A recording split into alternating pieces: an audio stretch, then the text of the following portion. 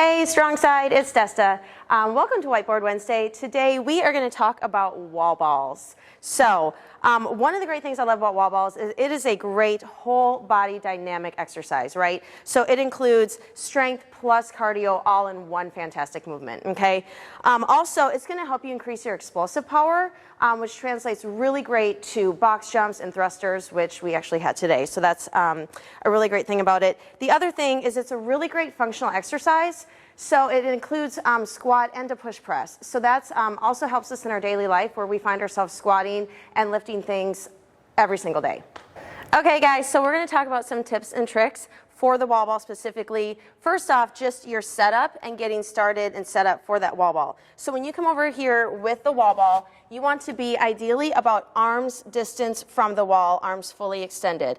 Reason for that is if we are too close and we try to squat down and throw that to the target, most likely that is going to go straight up in the air and you're going to miss your target. If you are too far back and you are coming down, you may hit your target, but as that ball comes down, it's more than likely going to pull you forward, which is also what we don't want.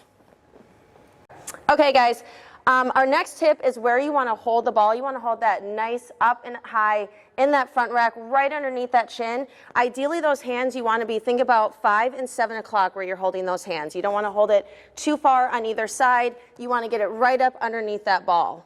Next tip is with your feet position. For this, you ideally want to be at least about shoulder width apart. Going to be like give or take for some people depending on your mobility. And then your toes are going to be slightly pointed out. And then once you're getting ready to do that wall ball, another thing I want you to think about, especially making sure we get that ball to that target. I don't know about you, but if you've ever been personally victimized by the wall ball, hit in the face, that would be me. So one way to make sure we get that ball to the target and it doesn't go straight up in the air or any place else is when we are coming down, you want to point your index finger to the target, which will help that ball go exactly where you want it to. So now that we're all set up in our position, we're going to go ahead and I'm going to demo a couple wall balls. Here's what you want them to look like.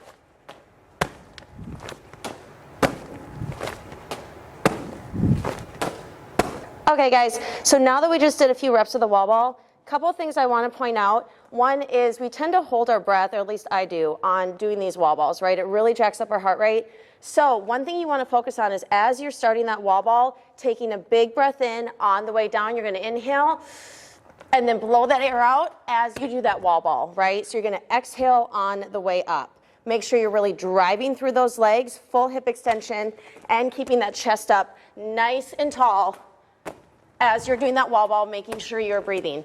Okay guys, so the final tip that we want to talk about today is when you have done that wall ball, throwing it up to the wall, what I want to see is making sure it's one continuous movement. So I'm going to show what we don't want to see first of all. You're going to do that wall ball, catching it, and then squatting, okay? So what we want to see is a continuous movement. So you're going to squat down, keeping that chest up, initiating that squat as you catch that ball, controlling the way down, exploding on the way up.